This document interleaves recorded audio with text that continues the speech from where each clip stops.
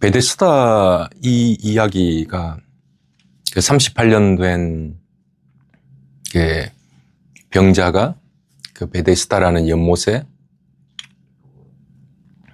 예수님을 만나는 이야기잖아요. 요한복음 5장 1절 보시면 그 후에 유대인의 명절이 되어 예수께서 예루살렘에 올라가시니라. 오늘 이 사건이 이제 5장 들어오면서 유대인의 명절이라는 날이 오잖아요. 이 유대인의 명절에 모든 유대인들이 다 모이죠. 그러니까 유대인의 정신이라고 말할까요? 유대인이 될 수밖에 없는 DNA들이죠. 그들의 의식의 뿌리에서부터, 그러니까 전 존재가 총집합하는 날이 유대인의 명절입니다. 유월절이라고 부르는 날이죠. 그러니까 유대인을 설명하는 단어, 그 유대인의 정신이라고 말하면 율법이다 이렇게 말해도 아마 정확한 단어일 것 같아요. 그들은 하나님을 잘 섬겨보겠다는 마음으로 하나님에 관한 지식을 전부 책에다가 글로 다 써놓았죠. 그러니까 그 글의 내용을 넘어가면 하나님도 제껴요. 하나님도 안 돼요. 얼마나 그들이 이제 그들의 율법이라는 책 속에 하나님을 제한하고 가둬놓는지 몰라요. 사실은 하나님이 갇혀 있다는 의미는 아니죠. 그들이 자기의 신앙의 책 글자 속에 갇혀버렸죠. 이걸 이제 어려운 말로 율법주의가 되는 겁니다. 그러니까 이런 겁니다. 그 율법주의의 정신, DNA, 그들의 의식이 총집합하는 날, 그 유월절에 한 장소에 집결합니다. 예루살렘 성전이라는 곳으로 유대인의 DNA, 유대인의 의식, 유대인의 아이덴티티가 성전에 총집합합니다. 율법, 선악구조, 선악과 마음 다 똑같은 의미라 그랬죠. 그러니까 이 본문을 의미론적으로만 설명하면 선악구조, 율법, 마음은 생각, 감정, 혼 이런 거죠. 오늘 본문은요. 혼과 육이 가장 강한 때, 그날 총집합해서 모인 곳이 예루살렘 성전보다 더 견고한 나라는 신을 모시는 자아라는 성전에 모여 들고 있는 이야기입니다. 여러분은 자아가 혼이 자기 생각, 자기 느낌이 가장 강할 때가 언제입니까? 오늘이 그날입니다. 그러니까 유대인 율법이라는 것, 자기 생각, 자기가 옳다 맞다, 자기가 옳다 그러다, 좋다 싫다라는 자기 에고가 가장 강한 자기의 모든 것이 총집합된 그날 자아라는 성전에 모였죠. 요한복음 5장 2절 예루살렘에 있는 양문 곁에 히브리 말로 베데스다라 하는 못에 있는데 거기 행각 5이 있고, 여러분 행각이라는 건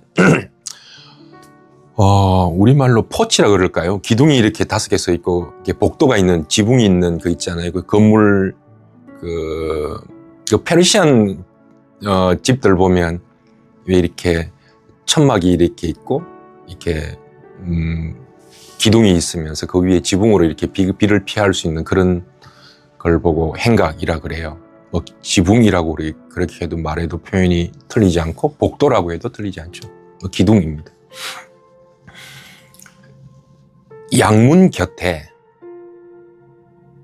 베데스다라 하는 못이 있는데 거기 행각 5이 있다. 이 성전을 유대인들이 자기의 신을 모시고 있는 곳이죠.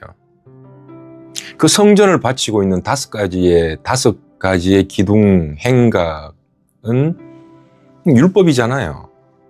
그 왜 5개로 섰을까요? 그들이 말하는 토라 율법은 뭡니까? 창출, 레미, 신 5개잖아요. 그래, 그들의 성전을 바치고 있는 5가지 지붕은 그들의 율법입니다. 그러니까 그 율법 속에 하나님, 하나님을 설명했죠. 아니, 가두었죠. 여러분, 하나님이 책 속에 갇힐 수 있나요? 성령 하나님을 혼과 육으로 설명할 수 있나요? 이게 이제 넌센스죠. 그러나 그들은 그들의 율법이라는 책 속에 하나님을 설명했죠.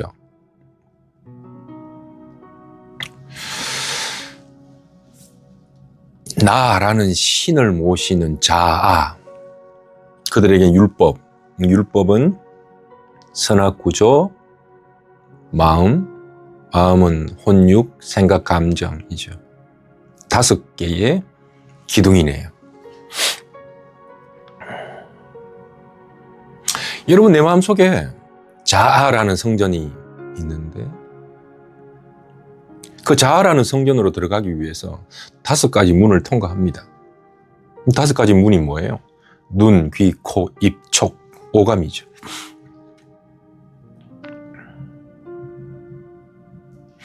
보고 듣고 맡고 만지고 느끼고 하는 그것으로 모든 것을 좋다 싫다로 제한하죠. 내 생각 속에 제한하죠. 책 속에 제한하죠. 내 느낌 속에 제한하죠. 누구를? 하나님을, 성령님을. 제한되나요? 하나님을 담을 수가 없어요. 어른이 아이 갓난아기 옷 입으면 옷을 못 입잖아요. 똑같은 개념일 겁니다. 하나님 어떻게 글 속에 글로 설명을 하나요? 그렇게 한다는 거죠. 내가 보고, 내가 듣고, 내가 만지는 것으로 하나님을 제한하죠.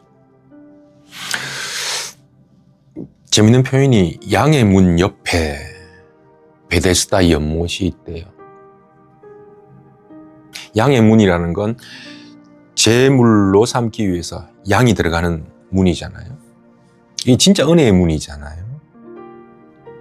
그 진짜 은혜의 문 옆에 베데스다, 은혜라는 이름, 자비의 집, 은혜의 집이거든요.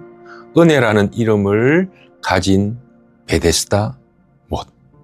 그러니까 진짜 은혜의 문 옆에 있는 은혜의 집이 있습니다. 참 은혜로운 일이 벌어지겠죠?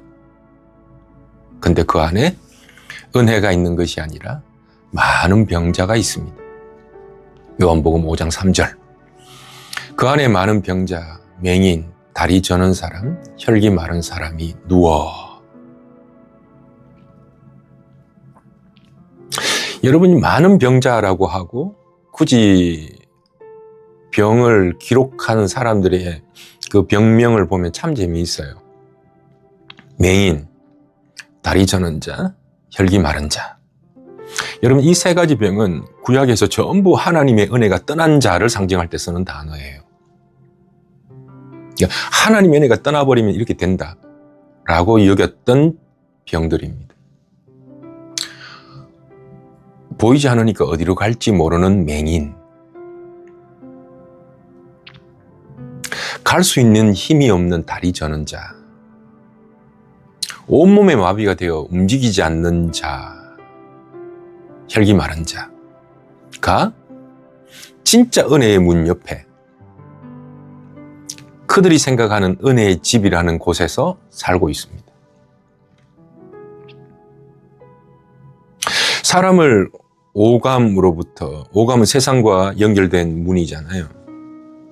그러면 들어오면 오감을 통해서 우리의 감정을 자극하고, 감정은 생각이라는 건 또 문이 있죠. 우리의 영과 연결된 문이죠. 우리에게는 두 개의 문이 있습니다. 세상과 연결된 문이 있고 영과 연결된 문이 있다는 거죠. 이 순서를 보면 오감이라는 문을 통해 들어와 세상을 우린 정보를 받아들이죠. 그리고는 자기 생각, 자기 감정이라는 베데스다를 넘어서 진짜 양의 문, 은혜의 집. 결론부터 말씀드리면 성령의 집이 있는데 그곳에 들어가야 돼요. 근데 성령이 거하는 곳 옆에 자기 생각, 감정이라는 베데스다에 살고 있죠. 얼마 동안? 38년 동안. 예수의 십자가 은혜의 문이잖아요. 예수님이 제물이 되시고 그 문으로 들어가시잖아요. 예수가 보낸 영이 성령이 되는 거고요. 그곳이 진짜 은혜의 집이 되는 거죠. 진짜 하나님의 형상으로서 진짜 내가 존재하는 곳이 그곳이거든요. 우리는 하나님 안에서 참 나 자신 있는 거잖아요. 근데 그 옆에, 양의 문 옆에 자기 생각, 감정이라는, 그리고 이름을 짓습니다. 은혜롭다, 좋다, 괜찮다라고 생각하는 베데스다가 있는 거죠. 그곳에는 병자들이 득실되고 살고 있다, 이렇게 설명을 하는 거죠. 그러니까 절대로 성령으로 들어가지도 않고 들어가고 싶어도 들어갈 수 없는 저는자들. 성령의 음성이 뭔지 보이지 않는 맹인들. 들어가고 싶다고 해도 손과 발이 마비가 되어서 움직이지 않는 병자의 이야기입니다. 그 병자들에게는 자신들이 믿고 있는 의식, 신념, 신드롬이 있어요. 그게 뭔가 하면 이 은혜의 연못에 남들보다 먼저 들어가면 낫는다라는 자기만의 신념이 있습니다. 요한복음 5장 4절. 물이 움직임을 기다리니 이는 천사가 가끔 못에 내려와 물을 움직이게 하는데 움직인 후에 먼저 들어가는 자는 어떤 병에 걸렸든지 낫게 되밀러라. 앞서 말씀드린 것처럼 이들에게는 전해 내려오는 신화가 있습니다. 이 간헐천, 온천인데 가끔 밑바닥에서 온천물이 확 솟구치면 피부병, 관절염 걸린 사람이 나았대요. 근데 이 이야기가 와전되고 신격화되면 여기 이제 자꾸 이제 다른 게 달라붙죠. 가장 먼저 가장 정성을 다한 사람에게 신이 은총을 내린다는 신념. 그곳에 들어가는 것을 자기는 은혜, 복받았다 이렇게 생각하고 살아갑니다. 상상력을 동원해서 우리 그 38년 된 병자들과 함께 그 베데스다 연못에 있는 사람들의 눈빛을 한번 봅시다. 그들은요, 물이 동하면 냅다 달릴 준비를 하고 있는 무리들입니다. 남이 어떻게 되든지 말든지 내가 물에 먼저 들어가기만 하면 그걸 은혜라고 생각합니다. 우리 그걸 경험했죠. 우리 코로나 때 그렇게 나이스한 얼바인 분들이 휴지를 사려고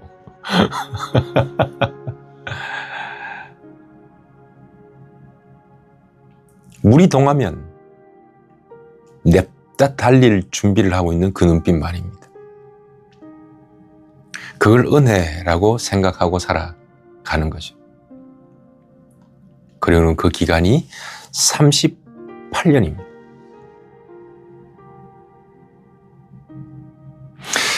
여러분, 그들이 말하는 은혜, 구원은요, 38년 동안 버리지 못했던 그 베데스다를 탈출하는 것이 구원입니다. 그곳에 들어가는 것이 구원이 아니라 탈출하는 게 구원입니다. 여러분, 결과를 아십니다만 이 38년 된 병자가 치료를 베데스다 연못이 아니라 연못 밖에서 치료받습니다. 지금 그 얘기하고 있는 거예요. 왜 38년일까? 왜 38년일까? 여러분, 이스라엘 백성들이 늘 광야에 나와서도 늘 추억했던 대상이 있었죠. 애굽이었습니다. 이스라엘 백성들은 애굽을 좋아하고 애굽을 은혜롭다고 말하고 애굽이 좋다고 말했지만 하나님께서는 그 애굽에서 탈출시켰습니다. 그게 구원이라고요. 가데스 바네아에 떠나 세렛 시내를 건너기까지 우리는 40년이라고 알고 있지만 정확하게는 38년 몇 개월입니다. 38년 동안이라. 이때에는 그 시대의 모든 군인들이 여호와께서 그들에게 맹세하신 대로 진중에서 다 멸절되었다.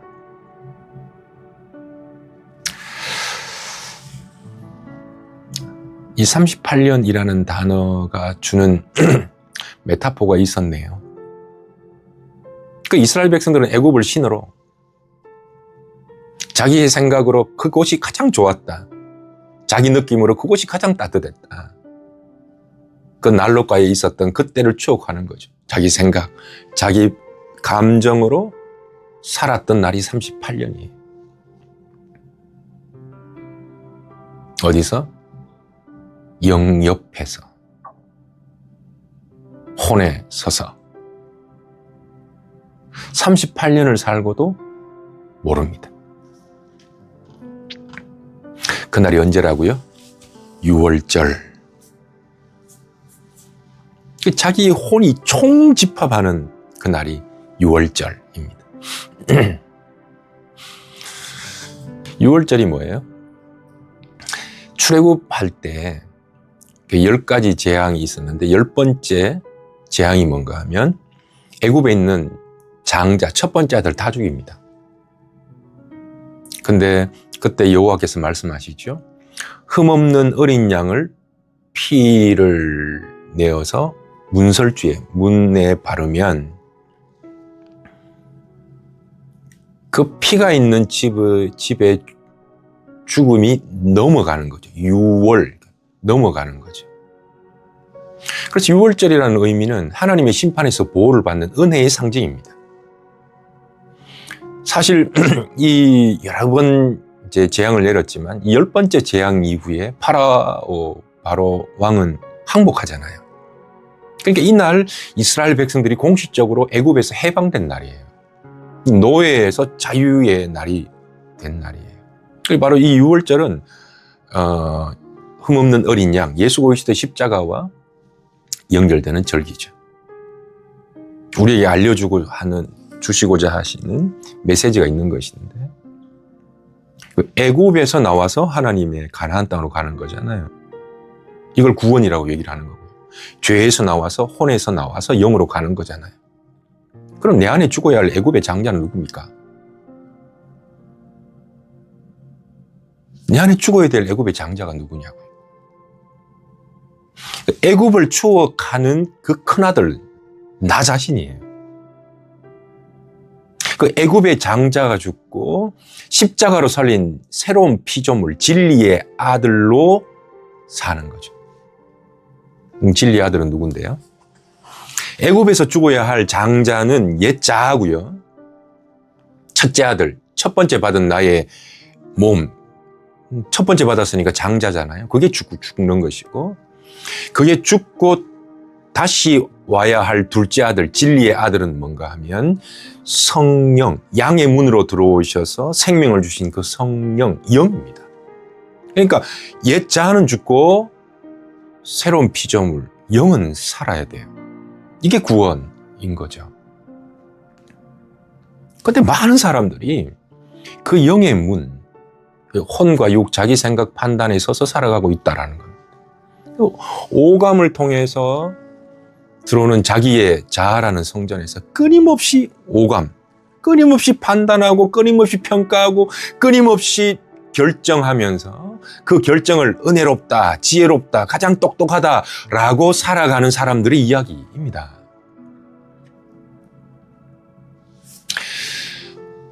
(5장 7절) 병자가 대답하되 주여 물이 움직일 때에 나를 못에 넣어줄 사람이 없어 내가 가는 동안에 다른 사람이 먼저 내려가나이다. 은혜라고 말하지만 이 사람의 이야기를 들어보면 실상은 눈빛에 도끼가 서려 있습니다. 광기가 흐릅니다. 남보다 먼저 들어가야 한다라는 거 말이죠. 기도를 한다고 하는데 뭔가가 간절히 구하는 게 뭔가가 있는데 욕망이 보여요. 열심히 기도한다고 말을 하는데 뭔가 도끼가 서려 있고 욕망이 보이고 잘 안 되니까 마음속에는 심한 불만족이 보인다는 거예요. 누가? 성도들이. 하나님의 은혜를 누리십니까? 라고 말하면 우리는 누린다고 말할 수 있어야 돼요. 구원이라는 건 미래의 궁극적인 어떤 곳이기도 하지만 하나님의 나라 구원, 천국은 지금으로부터 시작하는 거거든요. 그러니까 지금 없으면 미래도 없는 거예요. 그러니까 누릴 수 있어야 된다고요. 그러면 우리가 평생 예수를 믿을 것이기 때문에 나는 왜 못 누리지? 내 모든 시간, 에너지, 젊음을 다 쏟아 넣고 갈아 넣을 거기 때문에 여러분 이런 한 단계 한 단계 한 단어들을 여러분 반드시 짚고 넘어가야 돼요. 그만큼 소중하기 때문에 그래요. 여러분 뭐 저녁 먹는 거 한 끼 안 먹어도 괜찮아요. 그런 건 대충 해도 괜찮아요. 그러나 이 진리적 문제는 하나하나 여러분 온 힘을 다해서 그걸 확인하고 또 확인하고 들어가는 겁니다. 마음속에 심한 불만족이 있는 거죠. 원망, 탓, 피해의식에 이게 쩔어 있는 거죠. 5장 7절의 말씀이 그 말입니다. 저놈 때문에 넣어줄 놈이 없어서 세상은 왜 이렇게 불공평합니까? 라는 그 의식이 완전히 몸에 쩔어 있다는 거예요. 그럼 결과적으로 누가 날 넣어주기만 하면 나을 것 같지만 사실은 이 병자는 연못 안이 아니라 연못 밖에서 치유받는다고 말씀을 드렸죠. 그러니까 베데스다에 들어가는 것이 아니라 거기서 탈출하는 것이 구원입니다.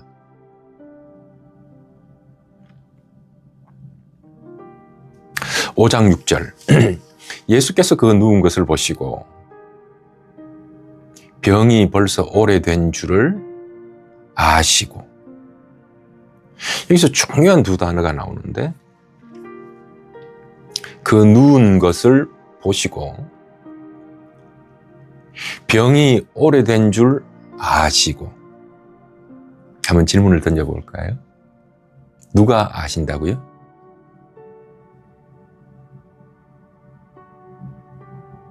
예수님. 뭔가 아닌 것 같죠? 제가 이렇게 질문하는 거.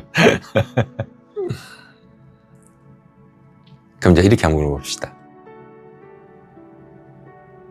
우리는 이런 치유를, 이런 회복을 구하잖아요. 누운 것을 보시고 병이 오래된 줄 아시는 그 예수님이 지금은 어디 계신데요?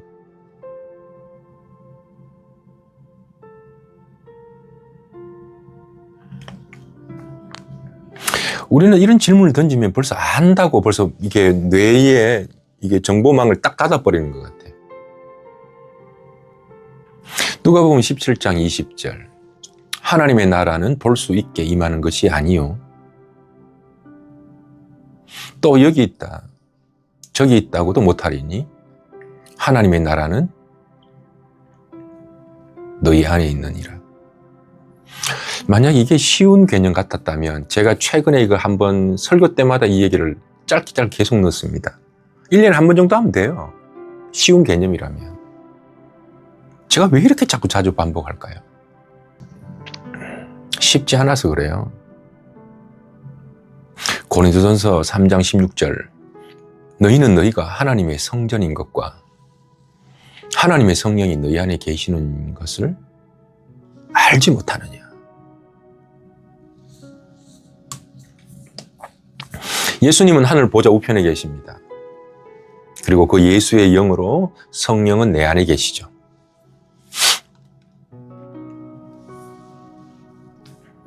여러분, 사람들이 신적 존재, 우리는 하나님이죠. 신적 존재를 인식하는 세 가지 단계가 있다고 합니다. 첫 번째는 사람들이 3인칭으로 인식한대요. 그분은 존재하신다. He.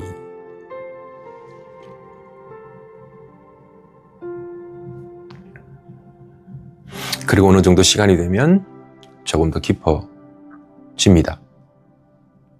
2인칭으로 인식해요. 당신은 구원자이십니다. 근데 이것이 어느 시점이 되면 3인칭, 2인칭이 1인칭으로 인식돼요. I, 내 안에 성령이 계십니다. 욥기 42장 5절.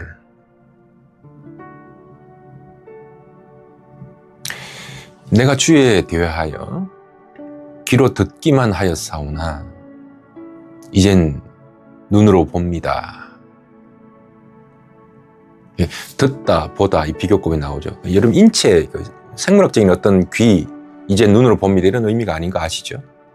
그 신을 인식하는 개념이 바뀌고 있는 걸 의미해요. 듣는다라는 것, 그러니까 그동안에는 들었는데 이제는 본다라는 거잖아요. 그러니까 좀 더 깊은 단계를 욥이 설명하고 있는 거잖아요, 본인이. 그러니까 듣는다라는 건 이성으로 이해하는 개념이고 보다라는 것은 영을 깨닫고 하나님을 인식하는 개념이에요. 더 깊은 단계겠죠. 이해하는 개념, 혼의 생각, 지성의 영역, 느끼는 것. 이런 나는 그동안 느끼고 생각하고 이렇게 지성적 이해의 영역에 있었는데 이제는 깨달음과 영을 인식하는 영의 차원에서 하나님을 경험한다는 이야기입니다. 실제로 하나님을 눈으로 뵀다 이런 얘기가 아니고요. 한 번도 욥은 하나님은 욥 앞에 나타나시니라 이렇게 말한 적이 없어요. 그러니까 그러나 욥은 하나님을 인식하는 그 인식적 차원이 달라지죠. 여러분 우리 지금 요한복음에 계속 얘기가 나옵니다. 사마리아 여인에게 뭐라고 얘기하는가 하면 너희는 알지 못하는 것을 예배하고 우리는 아는 것을 예배한다 그래요. 그러니까 성령이 내 안에 계신 것을 모르니까 밖의 것을 구해요.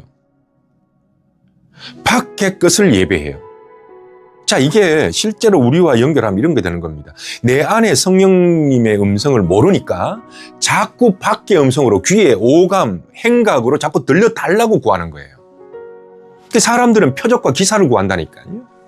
예수님께서는 표적과 기사, 보여줄 표적과 기사 없다 그래버려요. 요나의 표적 말고는 보여줄 게 없다 그래요. 그걸 봐도 내 안에 영의 음성을 못 들어요. 요한복음 또 나오죠. 물 떠온 하인은 알지만 맛본 연회장은 몰라요. 포도주가 어디서 났는지 몰라요. 참 예배가 어딘 줄 몰라요. 영이 어디 있는 줄 몰라요. 하나님의 음성이 어딘지 몰라요. 모르니까 밖에서 듣는다고요. 이걸 얼마 동안 38년 동안이나 영 옆에 서서 스스로 은혜라고 말하는 자기 신념 붙들고 살아간다니까.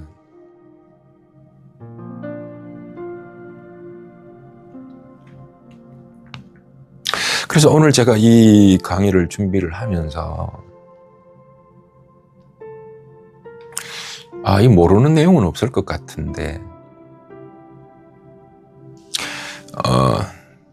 내 속에 계신 영을 깨닫는다는 건 이 지식적 문제가 아니거든요. 이건 영의 세계로 들어가는 차원의 이야기입니다.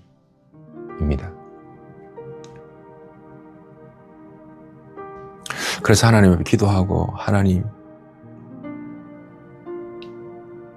이 비밀을 알게 해주십시오. 그러니까 하나님의 음성을 그 기독교 서점에 보면 예수를 수천 년이잖아요. 그죠? 근데 하나님의 음성을 듣는 방법하고 교회 성장하는 법, 이 책이 제일 많습니다. 주제가. 넌센스죠. 못 듣고 있구나. 못 듣고 있구나.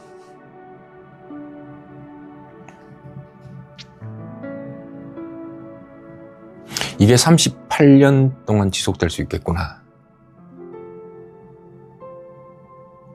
여러분, 영의 세계로 들어가는 첫 단계가 뭔가 하면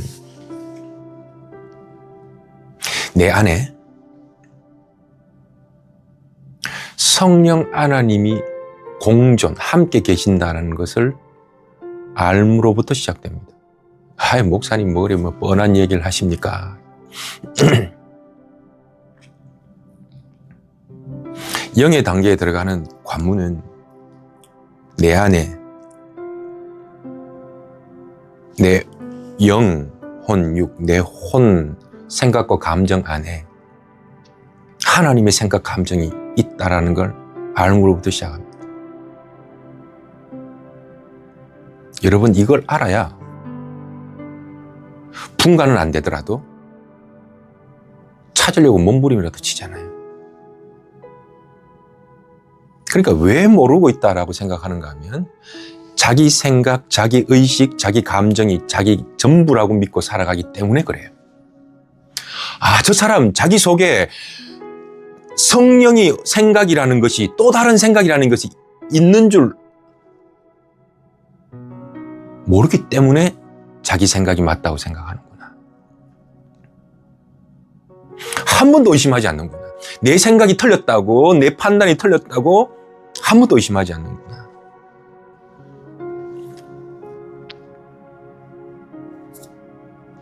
여러분, 목사님들이 자기가 설교하면 다른 사람, 성도들 다 은혜 받는다고 90%가 믿는데요. 목사님들이 자기가 설교하면 90%가 다 은혜 받는다고. 선생님들은 자기가 가르치는 내용들을 학생들이 다 이해하고 있다고 믿는데요. 학자들은 자기가 가장 객관적이라고 믿고 있대요. 부모님들이나 사람들은 자기가 말하면 자기의 마음을 상대방이 알 거라고 믿고 있는데요.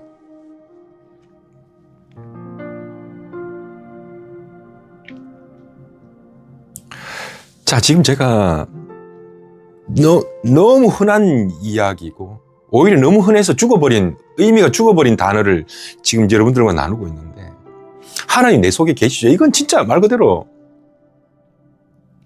이게 화석화된 단어 같아요. 말을 사용하니까 안다고 생각하는 건데, 그러니까 이런 겁니다. 아, 내 속에 내 혼, 내 마음 안에, 생각, 감정 안에 하나님이 함께 계신다라는 걸 믿는다면 최소한 이건 하나님의 생각일까, 하나님 나의 생각일까를 고민해야 돼요. 몸부림이라도 쳐야 돼요.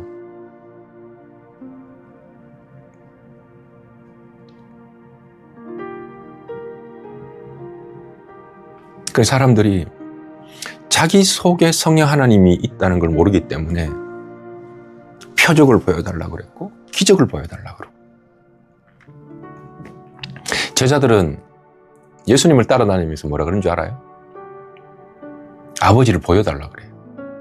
이름은 제가 밝히지 않겠습니다. 이 제자의 이게 빌립이 이러대. 주여, 아버지를 우리에게 보여주옵소서. 그리하면 족하겠나이다. 예수께서 이르시되, 빌립아, 내가 이렇게 오래 너희와 함께 있을 때 네가 나를 알지 못하느냐? 나를 본 자는 아버지를 보았거늘 어찌하여 아버지를 보이라 하느냐?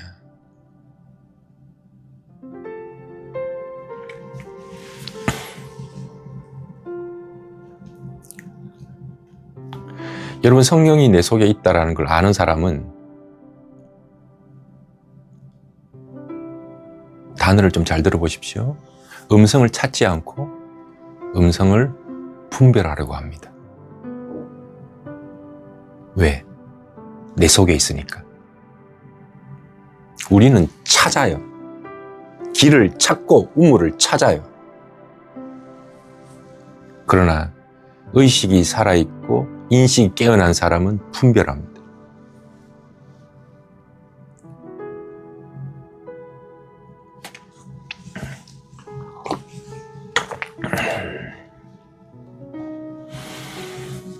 육신의 생각은 사망이요. 영의 생명은 생각은 생명과 평안이니라. 생각이 두 가지 생각이 분명히 있죠. 육신의 생각은 하나님과 원수가 되고 이는 하나님의 법에 굴복치 아니할 뿐 아니라 할 수도 없습니다. 저는 자, 맹인, 보지 못하는 자, 마른 자 다 나오죠. 할 수도 없, 굴복, 순종이 안 될 뿐만 아니라 할 수도 없습니다. 육신에 있는 자들은 하나님을 기쁘시게 할 수 없다. 아무리 좋은 재물을 갖다 놓고 은혜라고 이야기해도 하나님의 영에 이르지 못한다. 기쁘다라는 게 그 인간적인 표현이죠.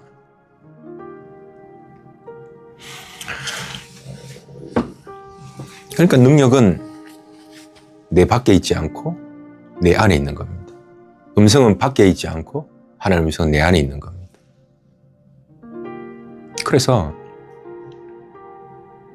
예수님께서 이 38년 된 병자를 치유할 때 아무런 처방전을 안 써줍니다. 여러분 성경책으로 보십시오. 5장 8절. 예수께서 이르시되 일어나 네 자리를 들고 걸어가라. 어떤 처방도 안 써주십니다. 이 병자가 바로 자신 앞에 계신 예수를 만나니까 치료가 병자 안에서 일어나 버려요.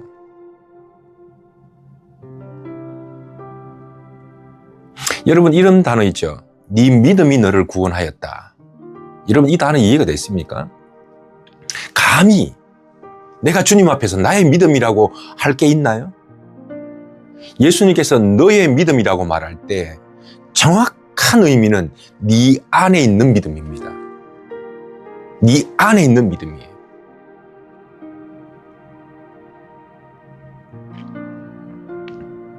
하나님이 내 안에 계시다고 아는 사람은 예수님은 성경이 계속해서 이 말을 하잖아요. 네가 내 안에, 내가 너 안에. 이 계속 해나가십니다. 이걸 알라고. 도대체 어디서 네가 하는 천국을 찾느냐? 네가 어디서 영을 찾느냐? 네가 어디서 음성을 구하느냐? 그러니까 못 듣는다고요. 주님께서는 이렇게 말씀하십니다. 네 자리를 들고 가라. 너의 자리를 들고 가라. 38년 동안 행각에서 보고 듣고 느끼고 깨달았던 거 그거 들고 네 혼과 육, 오감, 생각, 감정 그거 들고 어디로 가라? 영으로 가라. 영으로 가라. 그러니까 여기서부터 시작돼야 돼요. 이 1단계를 알아야 다음 단계를 이야기하거든요.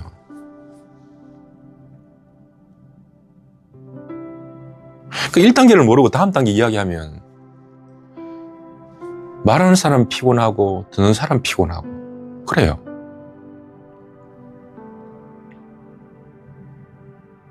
그러니까 복음학교 처음에 나오면 생각은 네가 아닙니다. 이름은 네가 아닙니다. 직업은 당신이 아닙니다. 라는 얘기부터 시작하는 거고요.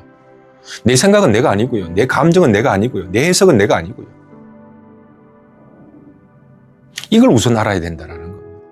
그래야 내 생각 안 붙들려고 몸부림이라도 치죠. 떠오르는 감정이 이거 내 것 아니구나 라는 걸 알아야 그러면 하나님 주시는 감정이 뭔가 몸부림이라도 칠 것 아니에요. 그건 넉놓고 있다니까. 넣어줄 놈이 없어서.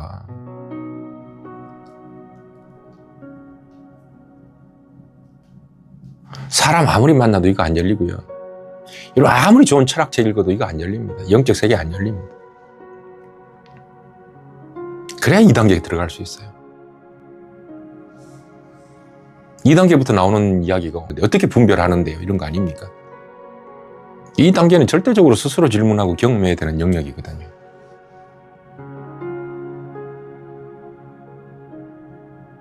힌트만 잠깐 드리면 도대체 목사님 내 생각, 하나님 생각 어떻게 구분하는데요? 1단계 안 되면 못합니다. 그래서 말 안 하는 겁니다. 생각이 드는 것, 생각을 하는 것, 생각이 나는 것의 차이입니다. 내 생각이 뭐고 하나님 생각이 뭔데요? 그 첫 번째 단계가 뭐라 그랬습니까? 내 생각 안에, 내 마음 안에, 내 안에 성령이 내주하고 계시다는 걸 아는 거라 그랬잖아요. 이 두 번째 단계, 이 단계라니까. 육신의 생각이 있고 영의 생각이 있다고 로마서 얘기하잖아요. 이걸 분별하는 단계잖아요. 많은 영적 지식과 경험이 필요한 부분이라서 그래요. 생각이 드는 것, 가만히 있는데 새처럼 깃드는 생각들이 있죠. 그걸 어떻게 처리하느냐예요. 처리하는 방법이 있습니다. 번뇌, 망상, 잡념들이 새들이 전부 다 깃드는 생각들이에요. 생각하는 것, 이성을 사용해서 의식적으로 하는 단계가 있습니다. 그런데 어느 단계가 되면 생각이 나는 게 있어요. 무의식적 과정 속에서 생각이 나는 게 있어요. 목사님, 뭐가 다른데요, 이게? 여러분, 이거요, 뇌도 달라요. 똑같은 생각이지만 생각 깃드는 것, 드는 것, 생각하는 것, 드는 것, 나는 것. 여러분, 생각 깃드는 거 있죠? 드는 거 있죠? 이건요, 뇌를 사용하지 않습니다. 망상, 파도처럼 왔다 가버립니다. 근데 의식적으로 생각하는 거 전두엽이 반응해요. 전두엽. 그 생각이 나는 거 있죠? 이건 변연계라 그래요. 해마에서 움직여요. 뇌도 달라요. 그러니까 똑같은 생각이 다 똑같은 생각이 아니라고요.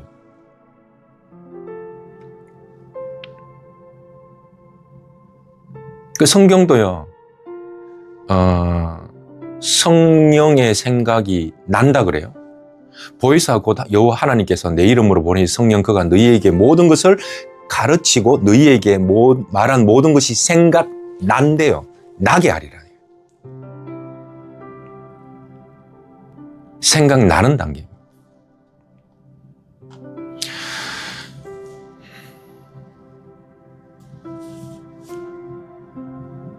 말 안 할 겁니다.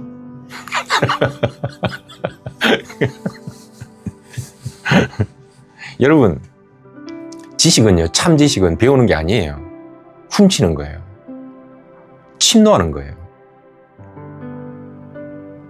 여러분의 신념이 여러분 다가 아니에요. 여러분이 알고 있는 게 다가 아니라고요. 예수님께서 이렇게 말합니다. 혼과 육, 땅의 일을 말하여도 믿지 않는데 하물며 영의 일을 말하면 믿겠느냐? 예수님이 이렇게 말씀하십니다. 내 생각, 감정도 이게 컨트롤이 안 돼요. 순종이 안 돼요. 근데 영의 일을 하면 믿겠냐고요.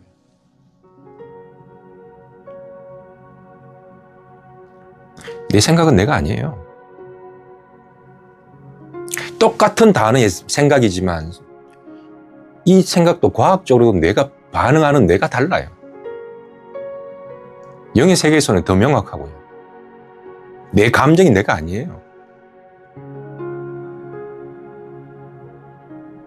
성령 옆에, 영의 자리 옆에 혼, 내 생각, 감정을 집을 지어놓고 그게 은혜다, 그게 지혜다, 그게 똑똑하다 38년을 그곳에서 삽니다. 여러분, 이 이야기가 여러분의 영적인 도전이 되기를 진심으로 바랍니다.